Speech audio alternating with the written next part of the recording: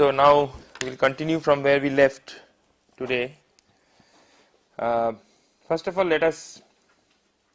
So today we are going to complete little bit was left on the random vectors, and then we will go to random processes.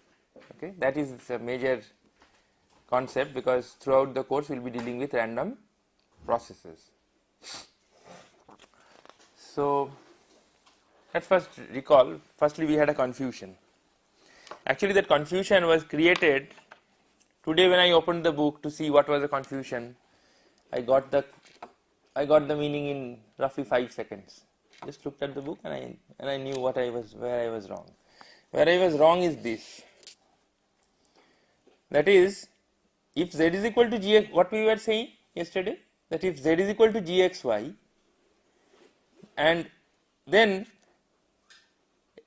once x and y are given, z is a deterministic function. So there is no expectation about it. I mean, if you take expectation, you will get that function. So that was our major confusion. So actually, this is not what was written in the book. Is actually I misinterpreted. What was written in the book is that I mean a sentence like this, that expectation zx given xy is a function of xy, therefore it is a function of xy. I mean, one same clause was repeated twice in a sentence. So the first one I interpreted it like this. That is not correct. So if you forget this, then this is very clear that expectation of z given xy is a function of xy. Okay, z is not a deterministic function of xy. Z is some random variable. X and y are some other random variables. All right. So then, if x and y are given, then you will get a different probability function. You will get different statistics. So if you take the expectation of z given xy, remember that this expectation will be a function of x and y. And then if you take this expectation is what? This expectation is over x and y. Whenever you see these expectation operators, you have to mentally determine that this expectation is being taken over what? Over which random variables, which probability space. That is very important to think, because in general in the books they will not write that. They will just write E. Okay. In this case, so basically this is nothing but, you can say that, what is this? This is, you can write this as integral z f z given xy f z f xy xy dx dy dz. This will be, there will be 3 integrals, because finally what you are going to get is a number. Look at this. Finally what you are going to get is this one. See, the first expectation is z. What is the expectation of z given xy? It is z f of z given xy dz. Standard formula. What is the expectation? X fx dx. Now this, so the first one is, if you put this dz here, then you get the first one. Obviously it is going to be a function of xy. Now if you want to take expectation over both x and y together, then this thing will come, because this is the probability that x is between, capital X is between small x and x plus dx, and capital Y is between small y and y plus dy. So that you have to now take expectation. That is not expectation, you have to now, yes. So this thing now you have to vary over the probability, or that is you have to do it for all possible values of x and y. So that's why another set of integral will come, which will consist of these 2 terms. Okay. So that is what is being written here. So there is no confusion about it. Only confusion was that this z is equal to gxy. That I wrote interpreting the book, and I was in error. Okay. Once you do that, then for example here expectation of z given capital X equal to x. So one, you are now freezing. What is the difference between this? Here I am saying that if some value of x is given, what is the expectation of z? I am not saying what value, I am just saying that if some value of x is given. So then what will be the expectation of z obviously depends on what value of x is given.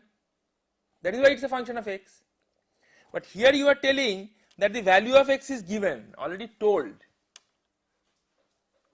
So if the value of x is told, then what will be expectation of z given that value of x, right? So now this will be,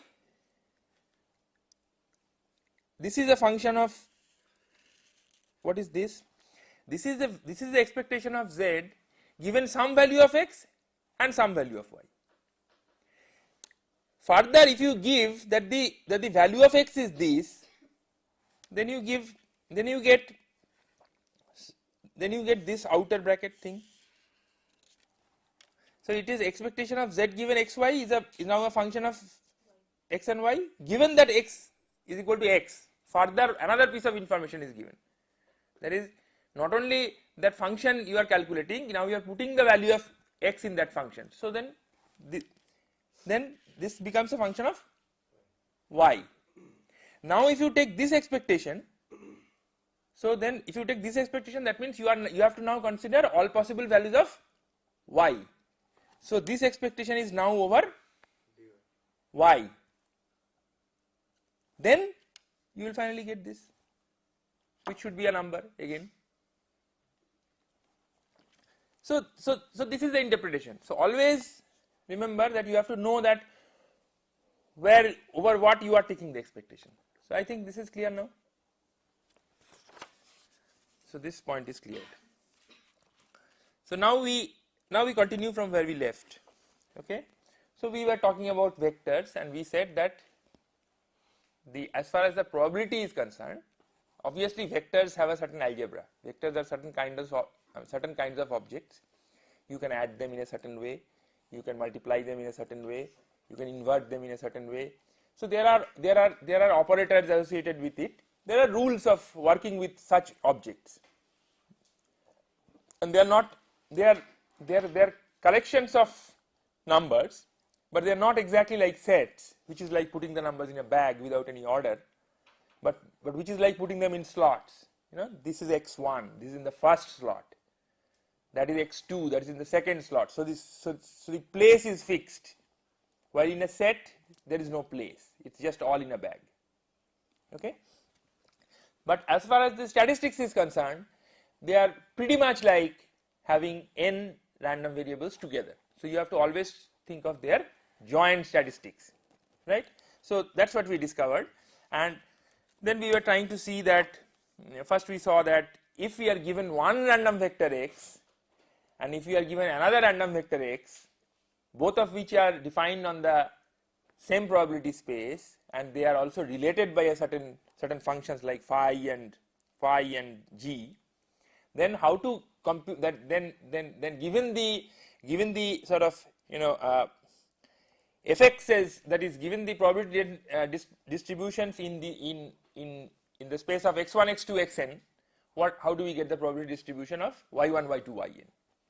That's what we saw, and we saw that you have to take the ratio of the volumes in the n-dimensional space here, and the ratio. These things we discussed in the last class using the what is known as the Jacobian and the determinant of the Jacobian, etc. So we did roughly up to this, I think this. Then you have to, how do you calculate the expectation of a vector x? It is nothing but the expectation of the elements. So this is the mu1 mu n, where mu I is equal to expectation of xi. So you take element by element expectation, nothing else. So the expectation of xi is again defined by this formula, which is where you are keeping this xi and all others you are averaging on, and okay. Now then then we define what is the covariance of x. This is an important quantity. Many times we will be evaluating this quantity for vectors, covariance. So the covariance is defined as, it is the variance is square deviation from the mean, as we know. Standard deviation is root mean square deviation from the mean. So this is deviation from the mean. This into this, for scalars you do square, and for vectors you do this into this transpose. So what happens actually, this is a written in vector notation, but actually what are these quantities? It will be a matrix. This is a column vector. Actually we should not write it, actually what I have written is wrong.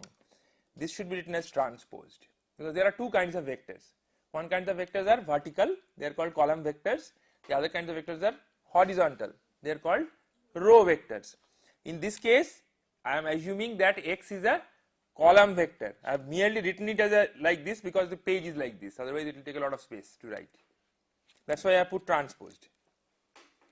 So now what do you get if you multiply a vector like this into like this? You get a number, right? This is called a scalar product. This into this plus this into this plus this into this, you get a number, because this is 1 into n, this is n into 1, so by matrix rule it will be 1 into 1, so it will be a scalar. On the other hand, if you multiply this with this, you will get a matrix, because this is n into 1, this is 1 into n, so you will get n into n, right? So this is a matrix, and what are its elements? So what you are multiplying it is actually, can you see this? Okay, what I am writing you can see, right? So what you are multiplying is x1, let us say x1, x2, x3, you are multiplying with y1, y2, y3. So what you get is x1, y1, x1, x2, y1, no, x2, y1 is here. So elements of those vectors should be same. Yeah. Elements of those vectors should be same. Means? No, I am just giving a general example. Why elements of those vectors should be same? I mean, sir, both are x minus mu. Right. In this case it is defined like that. I am just saying that if you multiply a column vector by a row vector, in this case x1 is x minus mu, in this case y1 is also x minus mu. That is a special case. Okay. So x2 y1, x3 y1, then x2 y2, x2 y3, x1 y2, x1 y3, and so on. So in general the ijth element is xi into yj, right? So here also what am I getting? I am getting the expected value of the deviation of the ith component of the random vector x multiplied by the jth component of the random vector, same random vector x. So what am I trying to see in a way, and then I am taking expectation. So in a way what I am trying to see is that these various components of the random vectors, they in general, most signals, you know, this is very important, because in practice whenever you get a, suppose you are taking it from some circuit or something, so there will be a strong deterministic component which arises from the circuit, the way you want to use it, etc., etc., and on that you are going to have some unpredictable things happening which you don't know why they happen. So your signal is generally going to look like this, right, when you are actually talking about signals. So if you have two such components, suppose you have another component like this, which is the other component of the vector, then what you are trying to see is that how are these increments from the mean. This will be in general the mean. That is, if you see, mean has again two interpretations. Often when we talk about a deterministic signal, and say its mean, we often mean that we are talking about its time average. That is, we take averages of time and then average it over time. That is a kind of mean. In this case, what are we talking about? When we say mean, we are talking about experiments. So we are talking about ensemble average. That is, these are two different things. So when we talk about means here and expectations here, expectations are also averages, but they are ensemble averages. That is, if you create 200 instances of the same thing by doing repeated experiments, then what you get is an ensemble. Some people pronounce it as ensemble. Okay, so you take an average over those. Okay, so what it means is that you first conduct the experiment one day, you get, suppose you get these two curves, then you conduct the experiment on another day and you get maybe the same curve, but now these things are going to be different on another day. So you do these experiments and then suppose you take at any point of time, suppose you take the increments. This pen does not write. Okay, so what you are saying is that these variations about the mean in the component x1 and the variations about the mean in the component x2, are they correlated? That is, if one is positive, does the other, on an average, is it positive also? That's what you are trying to see when you are seeing covariance. And this is very important, right? You are not talking about their means, because means you have already subtracted. So you are only talking about that random part which is beyond the mean, and you are trying to see whether that random part is correlated or not, right? So that is the physical meaning of this, and we are in many cases interested in that quantity. Similarly, you can define what is known as correlation. The R is, here we have not subtracted the mean. So when we take correlation, we directly take XX transpose. We are trying to see the whole signal. And you can easily just by simple algebra you can prove that covariance of X covariance is related to autocorrelation like this. This is very simple algebra. Just X minus mu into X minus mu transpose you open out by explicit multiplication. You will get this. And now there are three different concepts which are sometimes used. For example, what is meant by two signals are uncorrelated? Two signals are uncorrelated means that expectation of xy transpose is equal to expectation of x into expectation of y transpose. That is, this is equal to this. So that means that this is equal to 0. If what is this correlation? Actually, this is sometimes called autocorrelation. In general, you can calculate this for two different signals. When in both places you write x, you are finding the correlation of one signal with itself. That's why you have written x in both places. That is why it's called autocorrelation. In general, you can write x here and y here, or y here and x here, in which case it will be called cross correlation. Okay, so in general, if you talk about, so if this cross correlation is equal to mu x into mu y, this is mu x into mu y transposed, that means this equal to this, that means this equal to 0, in that case it will be called covariance of xy. So then that equal to 0, what does it mean? That the covariance of xy equal to 0 means that the increments of it is 0. It is 0 means what? It is 0 means it is the 0 matrix. Covariance is a matrix. What is meant by a matrix is 0. It means that every element of it is 0. So it means that if you take an arbitrary component in X and take its variation from its mean, and take another arbitrary component in Y and take its variation from the mean, if you take their correlation and then take expectation, it will be 0 for all components, any pair of ij's, right. If it is orthogonal, then expectation of xy transpose itself is 0, right. So then this itself is 0, which generally means that it does not have a, it will probably not have a mean, because if things have a mean, then their correlations will tend to be, well, at least one of them will have to be 0 mean. Otherwise, getting a correlation of, if they have a persisting mean, then getting their correlation as 0 is difficult. So expectation of xy transpose is, then it is called orthogonal. Actually, two vectors are called orthogonal if then their projection becomes 0. And there is something called independent. Independent means that probability distribution wise they are independent.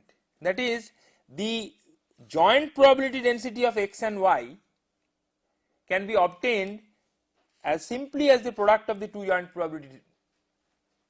That is the, which means that in the underlying experiment space, these two experiments have no relation, have no bearing with each other. Maybe you are tossing a coin here and then you are casting a die here, and then you are combining this result to make your experiment.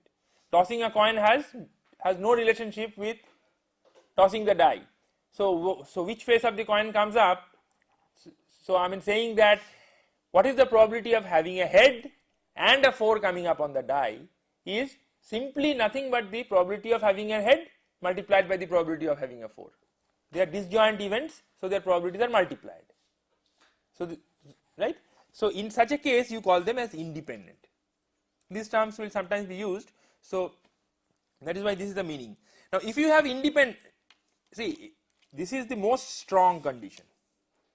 If this happens, then so independent will mean that they are uncorrelated, obviously, because they are coming from totally different experiments which have no relationship, and the experiments are random and you are subtracting the mean. So then what is happening around the mean is they are not related. So if you take many cases and you average, it will come to 0, right. But uncorrelated will not mean that they are independent. That may not happen. So these are, we will see them in much more detail, but these are some terms which are used. Now we come to one of our very important concepts, that is the concept of a random process. See, first we said that the underlying space is always the same, that you are performing some experiments and you are getting outcomes. Those outcomes are xi's. Okay. Now in the case of random variables, what you did is for every outcome you picked a number x. So for every xi you picked a number x on the real variable, and you said that therefore this real variable is a random variable. So remember that for every outcome you are picking a number in the case of random variables. In the case of random processes, for every outcome I'll pick a function of time, right. So I'll pick a different function of time every time. So what is happening is, so suppose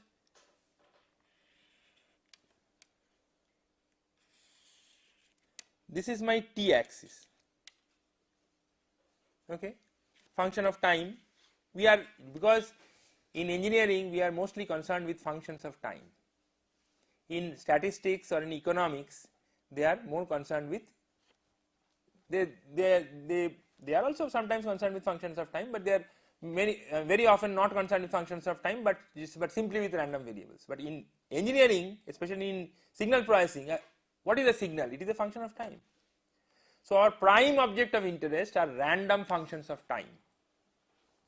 So that is why these random processes are, that is the central concept, and we all the time we have been climbing to come up to this concept. So here we have the t axis, and here we have the what is known as the xi axis. and this is my, so I am now defining a function of time. For every xi, I am defining a function of time. So whenever I am getting a xi, I am mapping and getting a function of time. So what are those functions of time? Those functions of time are whatever, some function of time. So for xi is one xi, this is the xi axis, I am getting this function of time. For another xi, I will get another function of time. For another xi, I will get another function of time. These together is the random process. You know, there are circuits which you get which will generate random functions of time. They are called noise sources. They are used to calibrate instruments in communication engineering. We have them in our labs. So if you take a noise source and today come and switch it on and then see the function on the CRO, you will get one function. If you come tomorrow and then again switch it on, you will get a different function of time. It's like that. So the output of that noise source is a random process. Okay. So basically this is the first concept, that it is a function of time. It is a mapping. Every time I am given out an outcome of an experiment, I have to pick a function of time. Previously I was picking values.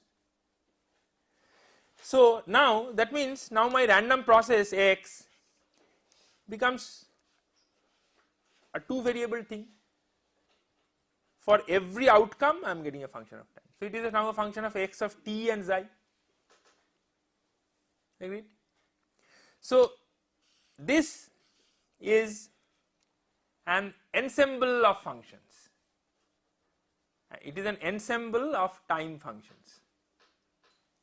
If you freeze this, that is, if you see for a particular outcome, what you get is a simple function of time. It becomes some xt if you freeze xi.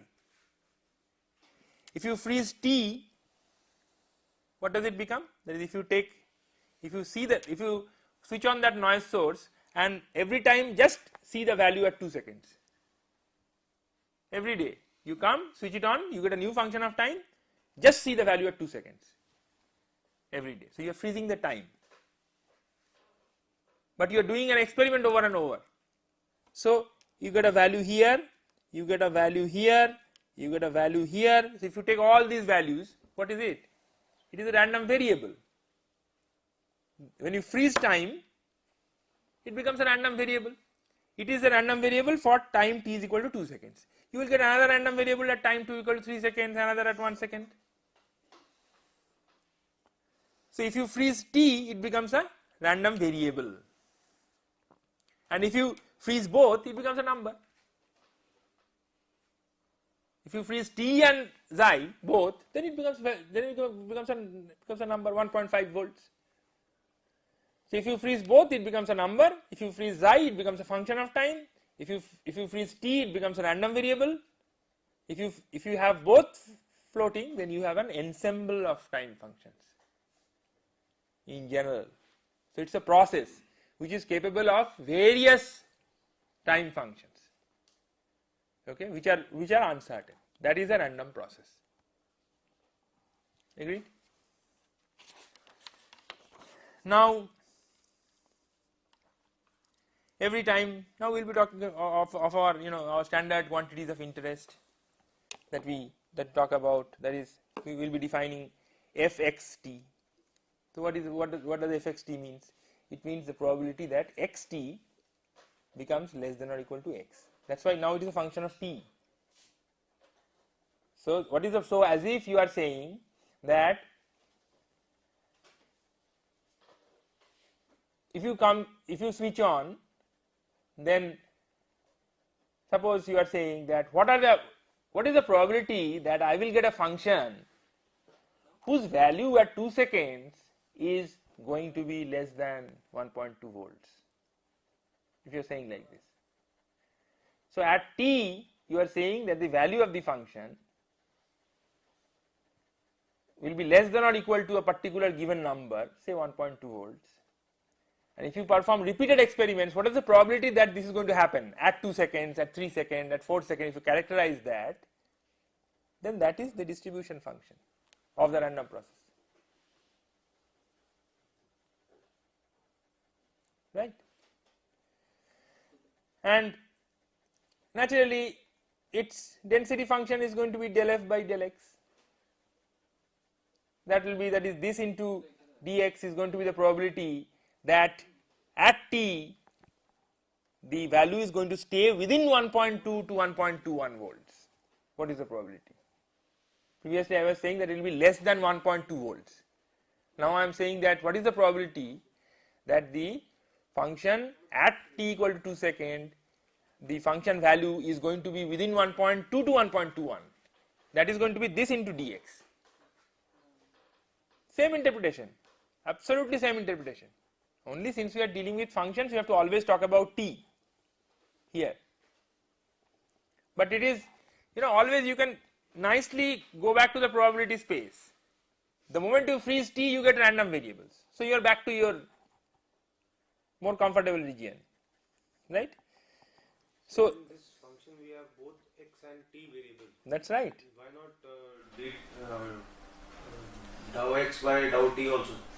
Yeah, you can do that. But then yes, you can do that. That is if you want to differentiate this, then if you differentiate this with respect to time, what is the physical statement you are making? That how does this probability vary with time? That is, how is this probability going to change if you measure it at 2 seconds and if you measure it at 2.01 seconds? If you are interested in that quantity, you have to take dou x by dou t. Yes, true, correct. So we can, in general, we will get more than one values. We will get more than one random functions. You can have, in this case, have. So if you have x1 and x2 as two different random processes, then what is their joint distribution function? That is going to be probability that x1 at t1 is less than or equal to small x1 and x2 at t2 is less than or equal to small x2. That is the interpretation, physical interpretation. And now it is going to be a function of x1, x2 and t1, t2. It will be a function of four things, correct? We'll have to see examples of this, but we'll see them in the tutorial. There are if you get any of the textbooks, there are large number of examples. So you can go through them. We'll see them in the tutorial. But now we have to quickly converge this, so I am not going into examples. Now in general we are more interested in expectation, expected values. We are always, estimation is about finding likely things. So what is expectation of xt? It is this. It is again a function of time. Now everything has changed to now functions of time. Previously we were having a random variable, so its expectation was becoming a number. Now we are having an ensemble, we are having a random process, so its expectation is a function of time. So it's now mu t, naturally, because the expectation is over x. So x will get eliminated and you will get t. Obviously, so at each point you are going to have a different mu, naturally. In many cases now, so you can define now, just previously we were defining correlation of vectors. Now we have vector functions of time, that is x1 and x2. So you can now define correlation. Now if you want to, you see that if you have our previous drawing, that suppose you have one random process which is this x. Okay. Now you have another random process which also is generating these things. So now if you say,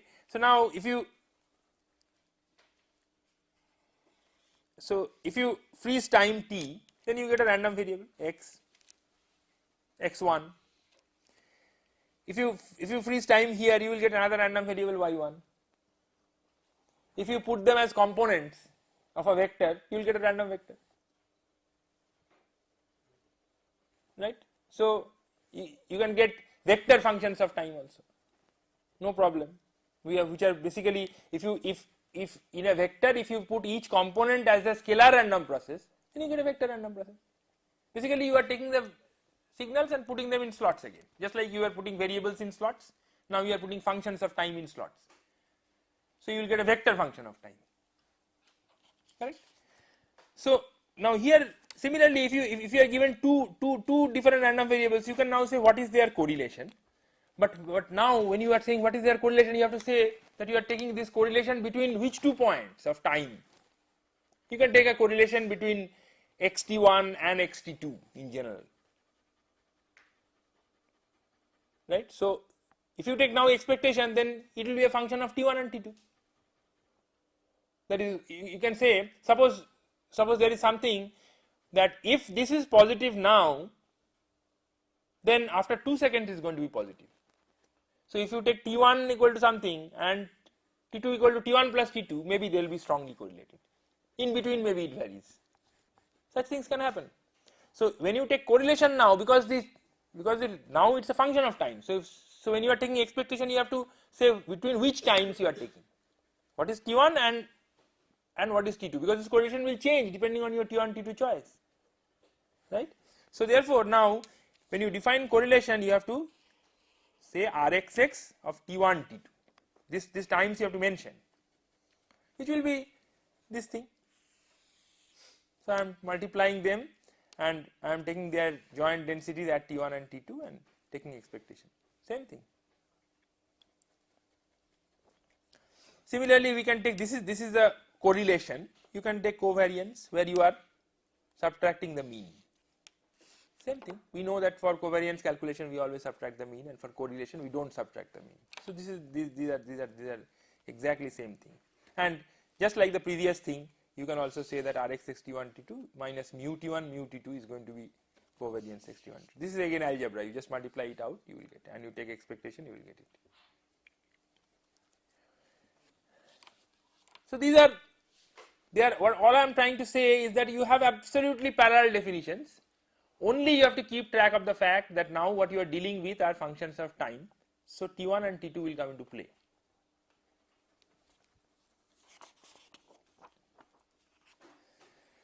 Again, you can have definitions of orthogonal, which says that this is equal to 0, of uncorrelated, which says that the covariance is to be 0. They may both have 2-volt means, but their excursions about the mean is going to be that I'm going to be uncorrelated. And similarly, if you have independent, now this brings in the major complicacy of random processes. See, in any random process, even if you have the whole problem is that even if you have only one random process, what you have is an infinity of random variables immediately, because it's a function of time, and time extends from minus infinity to plus infinity, and for each of those times you are getting a random variable. So immediately, even if there is only one random process in the picture, the number of random variables shoot to infinity straight. So it's a much more, it's like increasing the dimension of the space. I mean, the moment you have a plane, you have an infinity of lines. So because you have increased the dimension of your space. So here also you are adding one dimension, which is the time dimension, which is infinite. So obviously you will get an infinity of random variables. So now if you say independent, this is a very strict condition to be satisfied. It says that you choose any arbitrary number of time points, t1, t2, t3, any number, either 2, 3, 4, 20, and you take samples xt1, xt2, xtn. They are going to be random variables. The moment you freeze time, it becomes random variable. So you choose an arbitrary number of time points. So you get an equal number of random variables in x. You choose another arbitrary set of time points, and you choose from y. So now you have t1 to tn and t-1 to t-10 number of random variables. And so naturally now you have to study their properties. Means you have to study that how these random variables behave over experiments. You have to study. You have frozen the time points now, so you have got some variables. Now, when you will try to understand their statistical properties, then you will see how these set of random variables are going to behave over experiments.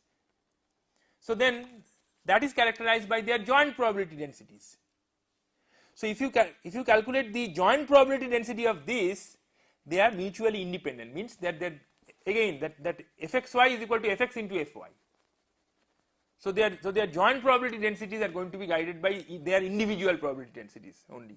That means that they come from unconnected experiments, and this is going to happen for arbitrary number n and for arbitrary choice of time points t1 to tn. You take any number of choose any number n, and after you have chosen n, you choose as many number of time points arbitrarily. This must happen. Only then these two processes will be called statistically independent. This is a rather difficult condition to satisfy and check, but mathematically that it means that means here their variations at all points of times are they are not only random in time, they are also random amongst themselves. So that is the definition. Now we don't know. I mean, these things are mathematical concepts, but they are in general difficult to satisfy. Very difficult to satisfy. Only why they are considered is that once you can choose them, the whole problem is that if you want to characterize the behavior of these random processes in statistical terms, then you have to always talk of their joint probability densities. And their joint probability densities, each one will be different. Suppose you take t1 equal to 1 and t2 and t dash 1 is equal to 3. Then there are two random variables. They will have some joint density. The moment you change t1 to 1.1 and t2 to 1.9, they are now two different random variables. So in general they can have a different density. So you will get an infinity into infinity number of density functions. So that's a hopeless case actually. I mean, you can't even deal with it properly. So that's why mathematicians make various kinds of assumptions to see how to simplify matters. At least get some results. Making things very generalized usually does not help. That's why we are throughout your controls course you are so obsessed with linear systems. Why? Because by making the assumption of linearity, you can at least get some results. If you don't make the assumption of linearity, in many cases you can't get any results.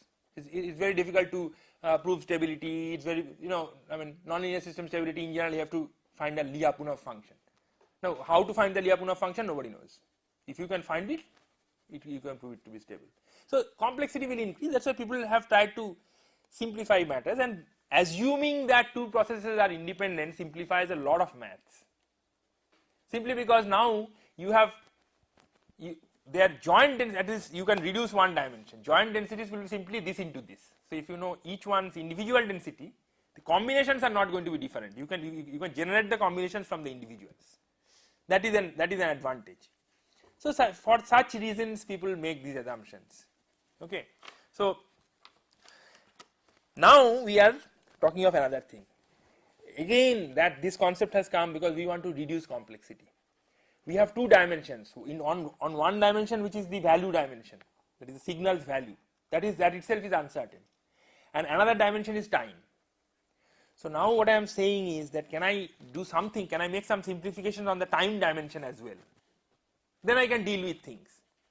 So that's why people talk about this concept of stationarity. So people say that on the time axis things are going to be regular. There is some regularity that you can expect on the time axis at least. That simplifies matters for you. So they are saying that a function is strict sense stationary in the real strict sense if the density function fxt does not vary with time. So you evaluate it at t, evaluate it at any t plus c for all c. Immediately you have made a big simplification. you are saying that the property of these random variables at any point of time are the same.